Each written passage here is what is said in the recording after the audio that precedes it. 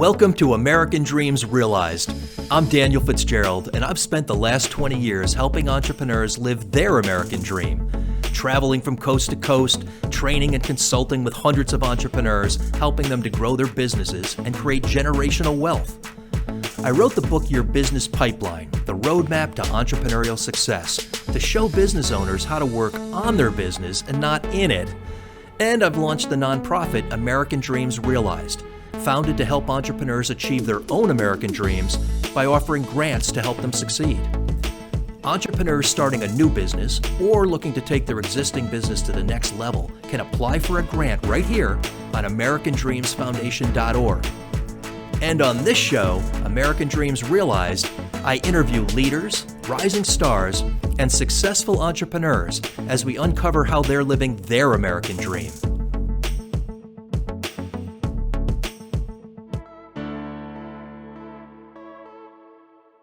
Welcome to American Dreams Realized, where we interview rising stars, leaders, and successful entrepreneurs looking at how they achieve their own American dreams.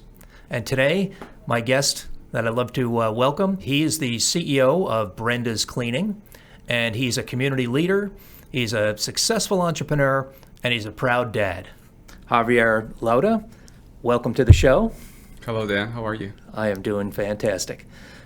Glad to have you. And so you've got a very unique story.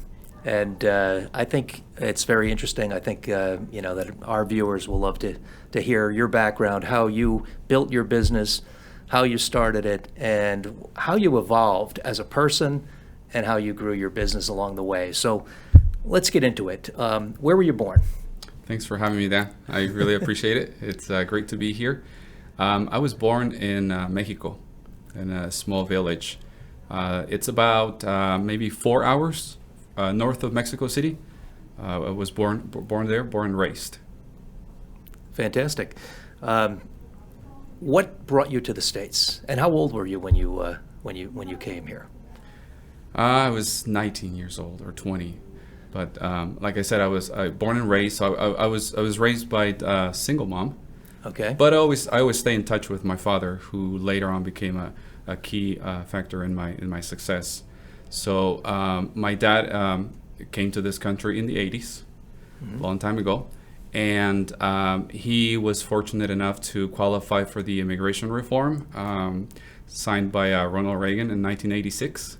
Okay. What was that reform? How did that work? It was the immigration reform where people who were here, if they met certain requirements, like if they were paying taxes and other requirements that they had the opportunity to qualify for or be considered to get their resident visa to be legally here in the States. So because of that, if it wasn't for my dad's efforts, I wouldn't be here, to be honest with you. So I thank him for that. After he got his visa, then he applied for me to come to this country. It took a while. It took many years, over 10 years.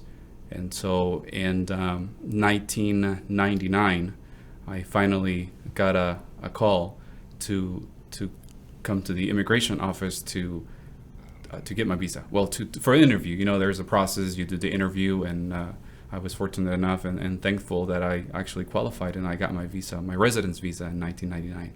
Wow. So that process went on for a number of years. Yeah, many years, yeah. Oh, fantastic. So you felt at that point, wow, I have now opportunities. Yeah.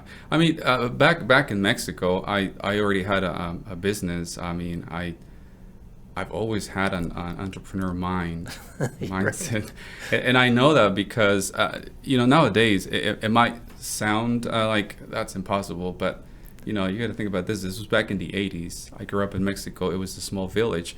So since the age of 6-7 years old, I was helping my mom already sell, gifts, Avon, clothing. But we sold whatever we could for a small profit to put food on the table. And that's how I know that I started, kind of selling stuff. And like I said, at the age of 17 in 1997, I started my own business in Mexico. It was a gift shop. Well, I was going to high school, and that's how I started. I'd say that was my first, real business that I started. So you've always had this entrepreneurial spirit, Yeah. right? That's where you and I, that's what we have in common. Yeah. I was the same way, and as long as I can remember, always having a some type of business of some sort, right? Yeah. As a little kid and building it up. I think Yeah. it's one of those things that's that's inside you. Yeah. And you grow with it. So that was the beginning. So you came to the States. Mm-hmm. Where did you study? Well, for me, like starting as to sell stuff and to be able to communicate with people, it started as a necessity. Growing up really poor in Mexico, it was staying still was not an option. We had to go out there and try to put food on the table. Right. After I got my visa, then sold my business in Mexico, and then immigrated to this great country when I was 19. Right. And went over to La Junta, which is a very small town in Colorado where my dad lived. Okay. And I was there. I started working at a farm in the fields. I mean, my English was very limited. I pretty much didn't know any more than just some few words, to be able to communicate. So I had no work experience. So who was going to hire me? Started in the fields. Did that for a couple months. It was hard work. I mean, Decided that wasn't what you wanted to do forever. well, I mean, my respects really go out to the people who work on the fields. It is hard work, and I just couldn't do it. I knew there was something for me, something else, and I wanted it to pursue my dreams. I wanted to go to school. I wanted it to be able to have my own business since then. And so after a couple months, then decided to move to Denver. The big city, right? The big city, yeah, right. But and also, I mean, keep in mind, I was young. I mean, I was 19 or 20 maybe. Right. I didn't know anybody in Denver. I didn't have a place to stay. I didn't have a car. I didn't have any money to survive any more than maybe 2-3 months. So you went on your own there. Your dad stayed. Well, he took me, and he was concerned, I would say, of me. Right. What's he going to do right, here? Yeah, but were you learning English at that point? No, because I was still working in the fields. Okay. So he supported me. He took me out there, but he was still, kind of trying to tell me, is this really what you want? Think about it. You don't know anybody here. And I was like, no, this is what I want to do. I'm going to make it work. I don't know how, but I'll make it work. And so it was hard. And I learned about a program that gave scholarships to first generation college students who came from migrant farm workers. Wow. So I was first generation going to college from my dad's side. And so I applied for it, qualified, and next thing you know, I'm going to college. Wow. With a scholarship. And it was great. It was a lot of work. I mean, it was not easy, trying to first trying to find a job. And then everywhere I went, it was like, okay, no English. It was hard. But I was thankful that I was able to find a job, work part-time, go to college, and just keep going. Wow, fantastic. I knew this would be an interesting story because this really is living your American dream, what you've been able to build. So okay, let's move on. We've you're at that point, you're going to school, you're learning. Now you're really part of of the fabric of the States and of the entrepreneurial side. So what did you do when you got out of school? Where'd you start working? Well, I actually never graduated college. I had to drop out. And the reason for that is because while I was going to college, then my girlfriend and I got pregnant, now my wife. And I don't regret dropping out of college because that's part of my life. That's what shaped me into who I am now. I mean, it's great experience. I mean, I learned what I had to learn for the 3.5 years that I went to college. But when we learned that I was pregnant, then dropped out of college because I knew there was a big responsibility coming my way. And going to college, I was working part-time as a DJ on a radio station. Oh, that's great. Not making much money, you know. So then when this happened, then I dropped out of college and started working for a bank as a teller. Okay. So now my family has grown. I mean, this was back when now my oldest one is 19 years old now. Oh, wow. So okay. I have a family of I've been married for 20 years with Brenda. Congratulations. Thank you. Oh, And- Brenda. Okay. That's and we have 3 kids: a 6-year-old David, 14-year-old Daniel, and a 19-year-old Isaac. wow. That's fantastic. That's You had the a family beautiful started. family. Well, we have something in common. I started having kids young as well, so I can totally relate. So that's great. So okay, so you're working in the bank and you start at the bottom, right? You're a teller, and you worked your way up in that business, that industry. So I think there's a lot of people that help you along the way on everything you do, and that's how you become who you are. And so Absolutely. yes, I climbed up the ladder in the banking industry, and I'm thankful to some of my managers who saw potential in me and believed in me and worked really hard to promote me, and then just keep building my banking career. That's great. It gives you, that faith in people, Yeah. that when you know that a lot of times they're giving you their time and their knowledge and their mentorship, and they're not really getting anything from it, right? Other than Right. seeing you, the satisfaction of seeing a young guy that they knew was was on the right path. That's beautiful. Yeah. So, what happened from there? Well, How'd you get into home services from banking? Yeah, interesting story, and that's a great question. So, I was in banking for 12, 13 years, and then Brenda, my wife, she was a stay-home mom, taking care of our second kid, Daniel. Okay. And so, she said that she wanted me to help her find some houses for her to clean for some extra cash.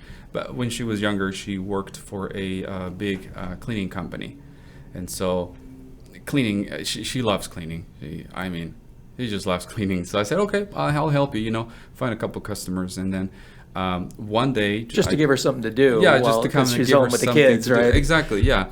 And so one day I said, so how many customers did you want me to, find you? And she was kind of joking, I think. She's like, well, like 50. 50. And so my banker mindset kind of took over, and I took it very seriously. I'm like, oh, okay, 50. And This then- is a challenge now. yeah, a right. marketing It became a challenge, challenge. exactly. And so I worked on getting her, 50? customers, and next thing you know, she had her schedule full every week, and Wow. she had to start hiring people, and I think that's when we really realized that this was going somewhere. Like, More than just her doing something on the side. yeah, exactly. So you that's where you got into your marketing and sales, right? Getting into that part of the business, because as an entrepreneur, right, there's all the different facets of of growing your business. So Right. you started that part of it before you even had a business, right? Just helping Yeah. her get Yeah, hers off the yeah. ground. So then what did you see that she needed help? Well, I was still in banking, so it was very difficult for me to really dedicate my time to growing the business. Yeah, You you're know. doing all this on the side. Yeah. I mean, I would work my banking job, and then probably on the weekends or at nights, 10, 11, 12 at night, I would do some of these things, and it was really hard. It's but I really wanted to help and build something. Were these residential homeowners you were going after, or Yes, business owners? No, residential. At the beginning, it was all residential, and this was back in 2014. So, Okay. But Brenda's Cleaning started in August 2014. That's when it was incorporated. So your 10th anniversary. 10th anniversary coming up. Wow. Yeah. That's congratulations. Thank you. That's impressive. So okay, so you segued from the banking world and what you learned there, Yeah. and you incorporated that into now your entrepreneurial endeavor with your wife. Yeah. So you're co-owners. Yeah, exactly. Yeah.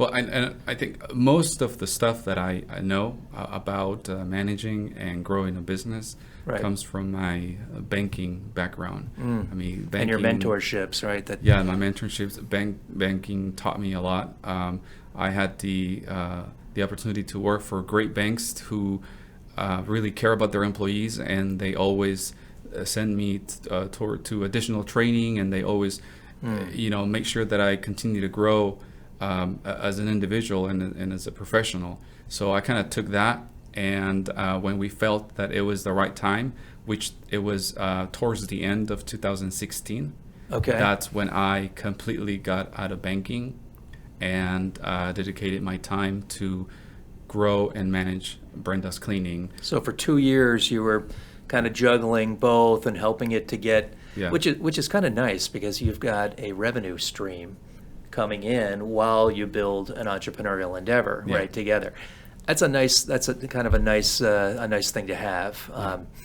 But it really is an American dream story because you have built something from scratch, right? And now here you are, 10th year anniversary coming up, and you've been in it for 8 years yourself, right? Rolling Yeah. up your sleeves and having this be your main venture. Yeah, and I want to give credit where credit is due. I mean, I didn't do this all myself. Brenda put a lot of sweat equity into the company, Right. a lot of sleepless nights, a lot of work, and she really did a lot to get this business going. I was kind of like the back office, Yeah, like taking yeah. care of those Support. business things and supports that really don't make any money, but it is a necessity to be able to run a business. And that's the part that I really took care of at the beginning. And in 2016, like I said, when I came to manage the business completely, then I kind of just took over the whole thing, the whole operation. Well, Javier, I can relate because I wrote a book called Your Business Pipeline for entrepreneurs. It's a roadmap for entrepreneurial success, and it helps entrepreneurs to be able to look at their business from the top down and look at the departments in their business. So what you're saying is exactly right. When you came in, Brenda was doing the production part. That's the pipe, right? There's the marketing pipe that flows into the call center pipe. That's where we capture the calls and the leads, turn them into appointments. Then it goes into the sales pipe where you actually convert them into clients.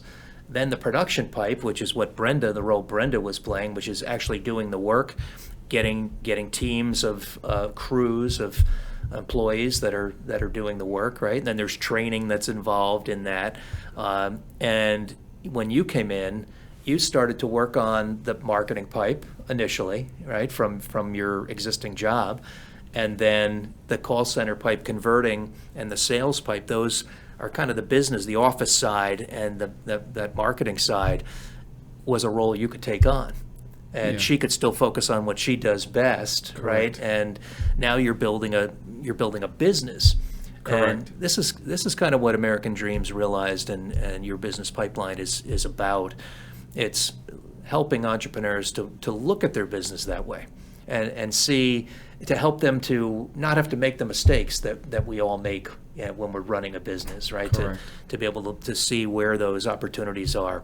Yeah. So, Yeah. well, that's great. So, Yeah.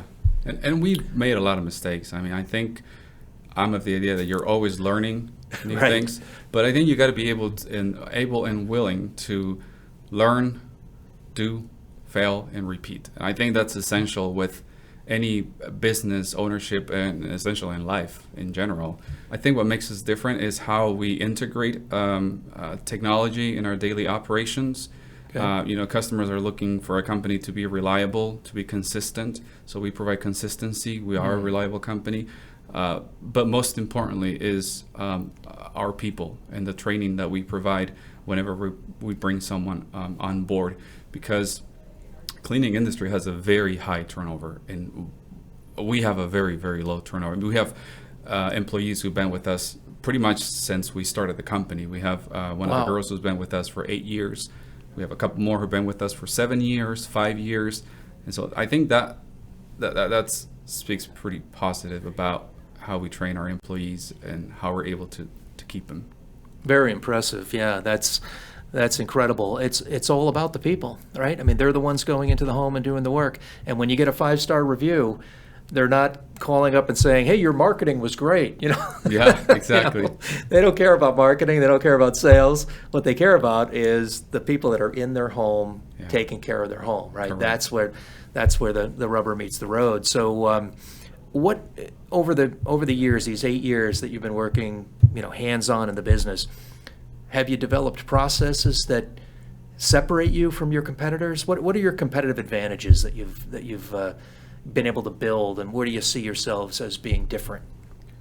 Well, yeah, definitely. Like I said before, I mean, from the beginning, it was difficult, but I think that from the beginning, coming from a banking industry where they're always using, top of the technology to provide a better customer experience, Yeah. I kind of took that, brought it over, and implemented it in my own way into our company to where, from the beginning, we've taken advantage of technology.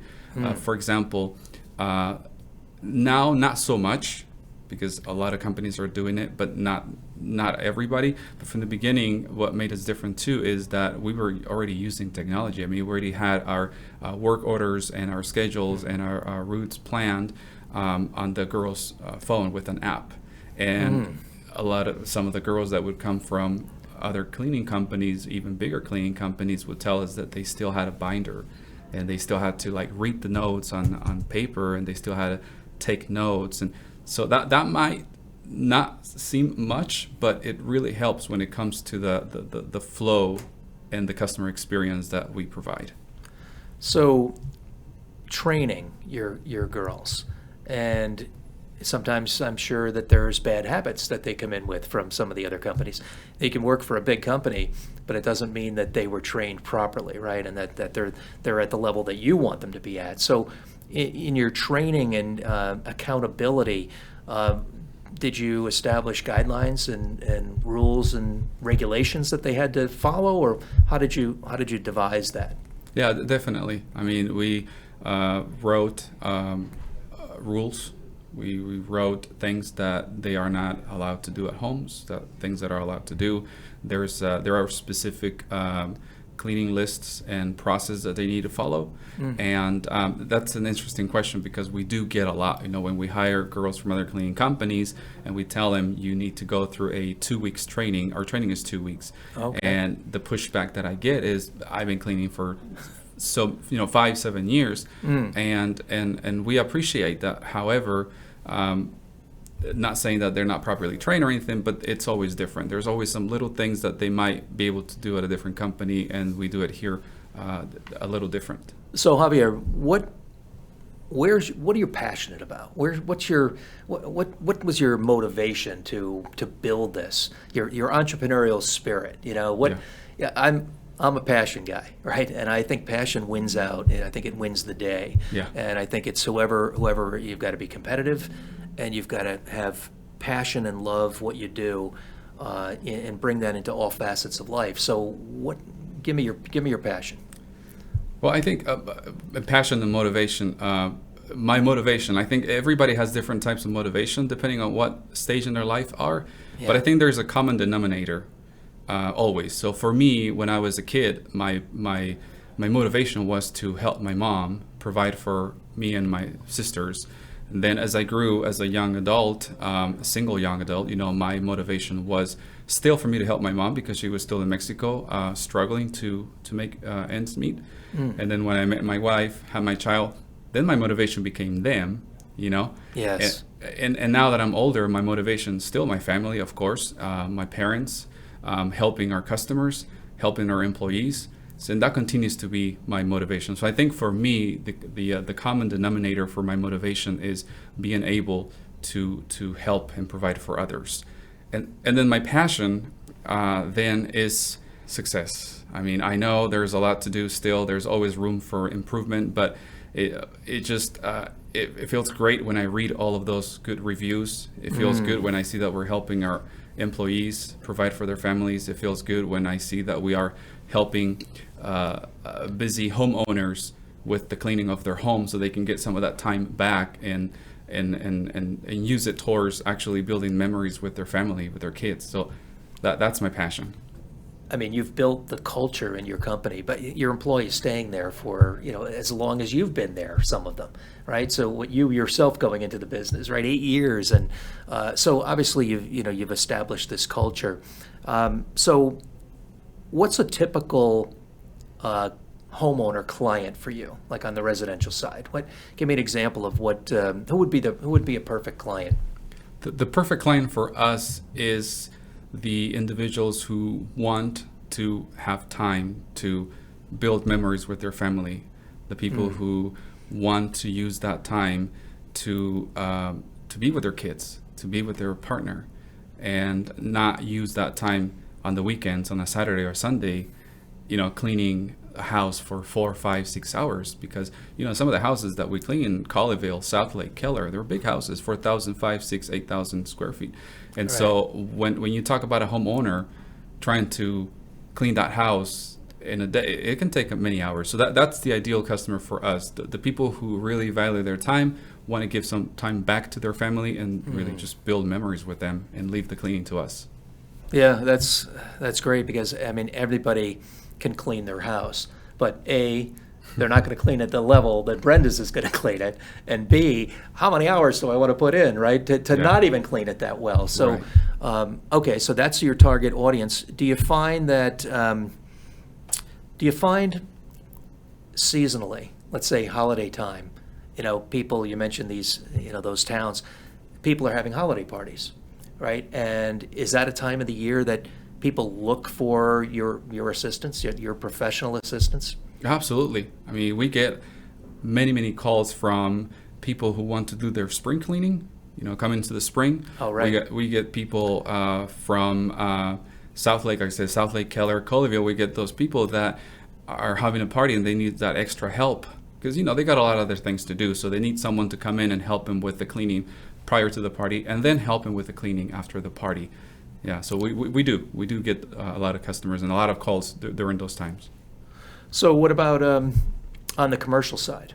What are because today you're doing some commercial work as well. So what's a perfect commercial client on the business side? So back in 2022, after the pandemic, we decided to separate office cleaning from Brenda's cleaning, and we actually opened another company, Pinnacle Building Maintenance, which only cleans offices, commercial cleaning. So Pinnacle Building Maintenance is like a Brenda's cleaning, one-stop shop for all cleaning needs, but for commercial only.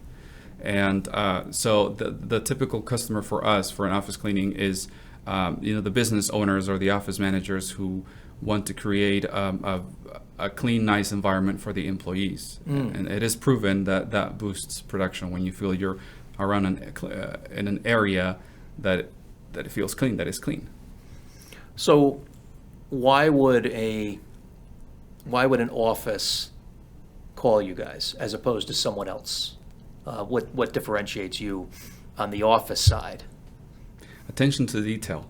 Coming from house cleaning to office cleaning, it's a different perspective, a different point of view. I mean, house cleaning, there's a lot of attention to detail. And so we provide that same attention to detail to our office customers, our commercial customers. Wow, fantastic.